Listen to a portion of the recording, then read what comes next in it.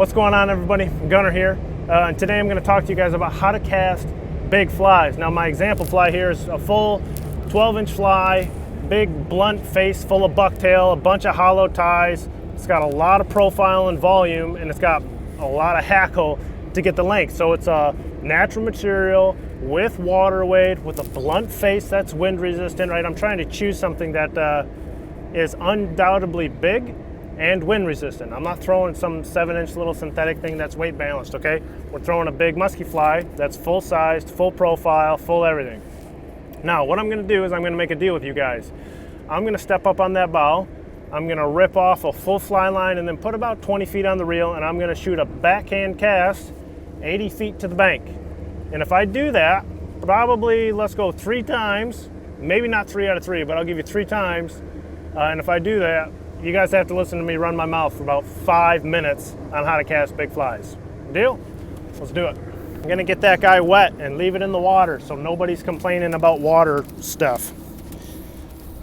I am gonna make just kind of a crappy cast here to get my line out so I can re-strip it all in. There's my backing.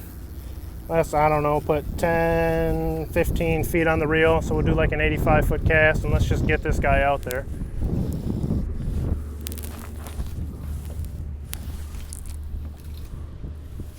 Sweet. Let's re-strip that in so we don't have any tangle issues. Should be a show called Flyline Does the Silliest Things. It would be a good show. Be like, everybody makes these epic casts to like a sight fishing scenario and your line tangles and you screw up, and it'd just be really funny. Anyway.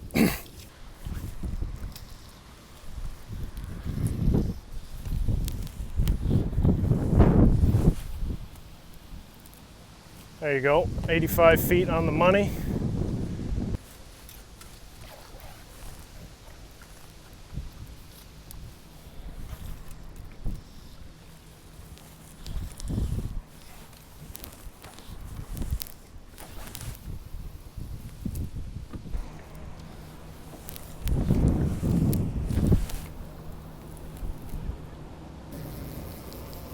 It's gonna take me a second.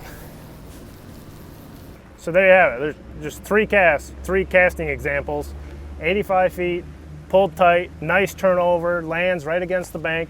Now, just to clarify, I'm not out here casting 85 feet to the bank for fun. It's really windy. I'm getting about maybe 50 feet away, but if I can cast 85 feet, casting 50 feet is pretty darn easy, right? The goal is practice your efficiency and your stroke and your power application so that when you need it, you can use it, but when you don't need it, everything else is grooved and smooth, and you have the right casting stroke and the right equipment. So I want to break this up into 2 categories. One is equipment, the other one is casting technique. Because one of the problems when I Google search this is nobody talks about the equipment, everybody talks about casting technique, and the casting technique is not actually that helpful. So when it comes to equipment, I think the most important thing to consider for casting a big fly is going to be your fly line. Because understand, you know, the rod stores all this energy, it transfers it to the fly line, but the fly line has to then carry this big thing of wind resistance all the way to the target. If the fly line's not up for the job, it doesn't matter how much energy this has or how fast it recovers or anything, the fly line has to be able to carry it, has to be able to maintain its momentum. So when you look at fly lines, what you want is a streamer fly line, which takes a full belly weight of a long-bellied fly line. It condenses it into about 30, 32, 35 feet so that it conserves its momentum. Now, there's 2 primary tapers. Taper is very important for big flies, okay? The 2 tapers are very simple. Shooting head taper, Spey taper. 2 tapers. Shooting head taper, it takes the mass of the fly line, the actual mass of the weight forward belly, and puts it as close to the fly as possible. You save as much weight for the end as possible to pull an air resistant fly through the air for as long as possible. It maximizes distance. They load really close, and it controls a big fly. A Spey taper has a heavy rear belly. They're both condensed 30-foot, 35-foot heads, right? So they're both streamer lines, but the Spey taper has a heavy rear belly. That means the weight is about 20 feet, 25 feet away, the maximum weight from that fly. So a really big fly has all of this kind of wiggle room of front belly and front taper to screw things up with, okay? Those line tapers are fantastic streamer tools when you're fishing smaller flies. Now, I'm fishing an 11 weight right now, and I'll get to that in a second. And if I put an 11 weight streamer specific Spey taper, I can probably cast a 10-inch fly all day with a lot of accuracy. That's what they're very good at. Accuracy, and they're a little bit more delicate, right? And they have quite a bit more stability in the air. But if I put a 14-inch fly on it, I'm gonna struggle a lot. So the shooting head taper is what you want to cast max size flies. It needs to be a condensed 30-foot head with the weight as close to the fly as possible with a nice short front taper. They're both gonna have short front tapers anyway. Now, that gets to your leader build. I was watching this video and this guy's like, I'm fishing a short leader with stiff monofilament. It's 6 feet long with 20 pound. One, that's not short. Two, that's not that stiff. This is my total leader. It's about 3 foot total. I have 1.5 feet of 40 pound saltwater monofilament, and then I got about 1 foot of 40 pound wire. That's it, a 3 foot leader. That's max, because I have to get energy from the fly line to the fly. This big bushy fly, if you had a 6 foot leader on here, it would just stop the leader. And the biggest problem with that is as you're casting, if that fly stops in the air before it turns over, you have slack. You cannot cast any sort of distance with a wind resistant fly if you have any slack in your cast whatsoever. So we've covered your fly line, we've covered your leader build. One of the things that's really critical when you're selecting your rod is obviously that rod's taper, right? You don't want a rod that has a really soft tip, because it won't be able to handle that shortened condensed streamer head with all of that big fly on there. It's basically gonna buckle. You want a nice stiff tipped rod. This is the St. Croix Imperial Salt. You see in years past I've used the Imperial, I've upgraded to the Imperial Salt because the Imperial Salt has a stiffer tip that can control this heavy line and this wind resistant fly without deforming, so I can form a nice tight bulleted loop. It's critical. So cast different rods, try different rods at fly shops. You can even just look at them, compare different rods, and make sure you got something that's probably a fast action, that has a nice stiff kind of fatter diameter tip. The Imperial Salt is fantastic at this. If you look at smaller sizes, like a 7, 8, or 9 weight, the Mojo Bass Fly is something I promote all the time because it has a fantastic taper with a nice stout tip that can handle these lines. It's fantastic. So that's something to consider as well. So that's the equipment side of things. You got your line, you got your leaders, you got your rod. That is critical. If you can cast really well, but you don't have the right equipment, you can't cast big flies. If you can't cast worth a crap, but you have great equipment, you still can't cast big flies. You have to marry the two. It has to line up. Now, when you go over the casting mechanics of what's going on, first off, practice casting. You should be able to throw a full fly line before you're really trying to distance cast some big bushy piece of meat here, right? You should be able to cast a full fly line, no problem. I'm gonna cut this fly off and do it just because I want to. Even though I'm gonna tie it back on and fish it the rest of the day.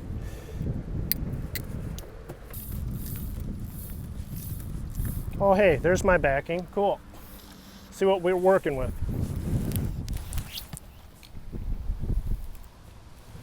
Let's do that again.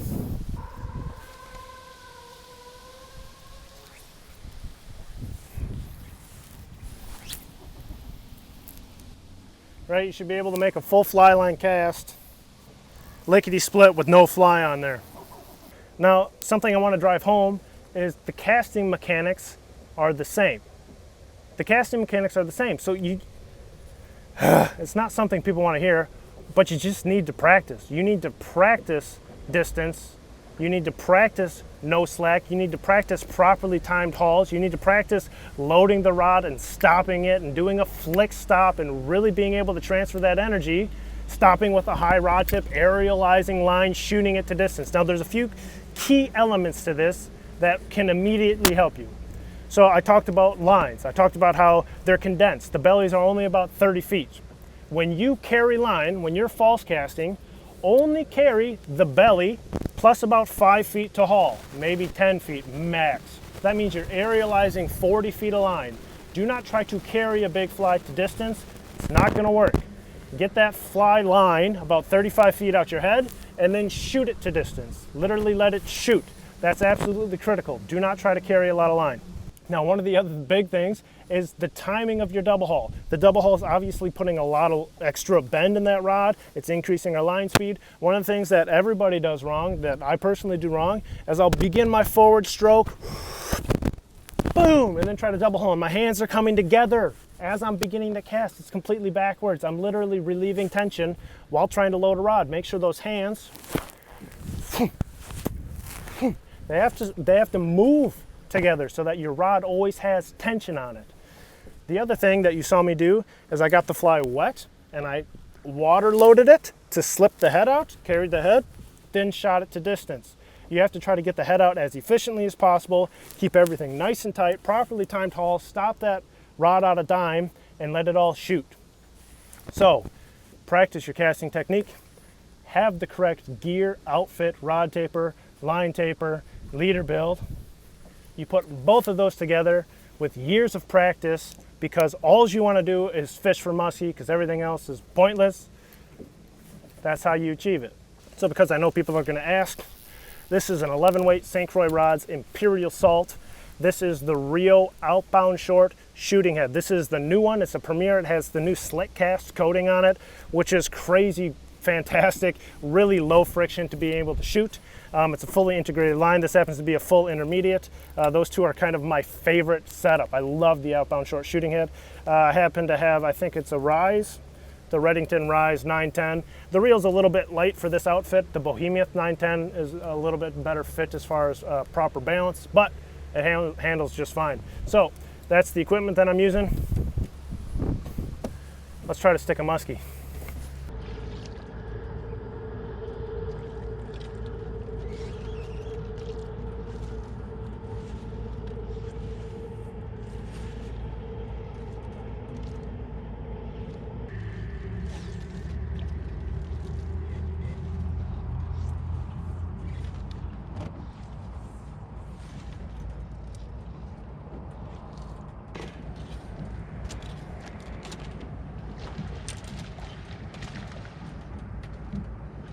That's a feisty bass up in there.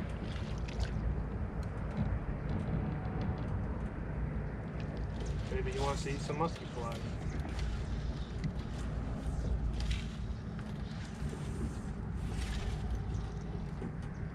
Oh no, there's a tree.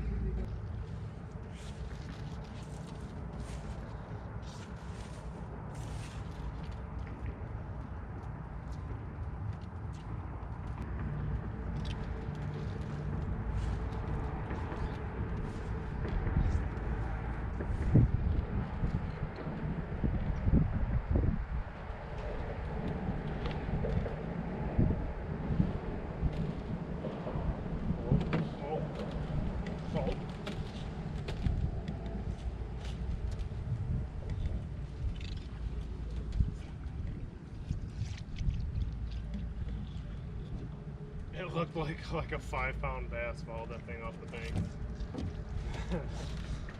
That was sweet.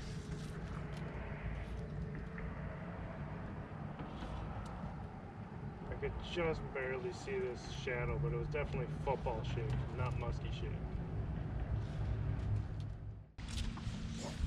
Bobcat, water low pickup, get the head out, good timed haul, boom, she gone 7 feet. I don't need to be that far from the bank.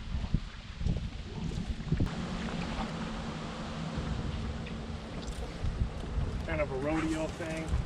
Slip that head out with water loads, pick it up. Good timed everything. Woo! Rifled it, baby!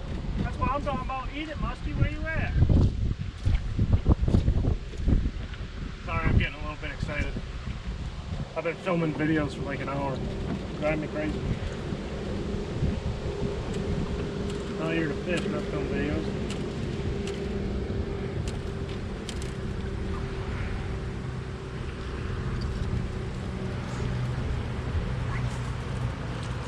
Double water load, pick it up, get the head out, time everything like a champ. Oh! Man, that wind is whipping. I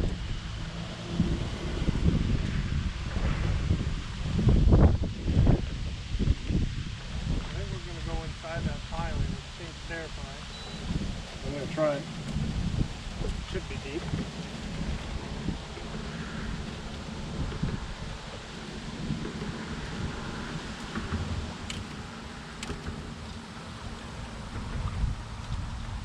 Sometimes I like to not pay attention and see if a karma muskie will come up and eat my fly. It's like playing Russian roulette. You're like, if I choose not to pay attention, I might have a better chance of catching a muskie, because that's usually when they show up.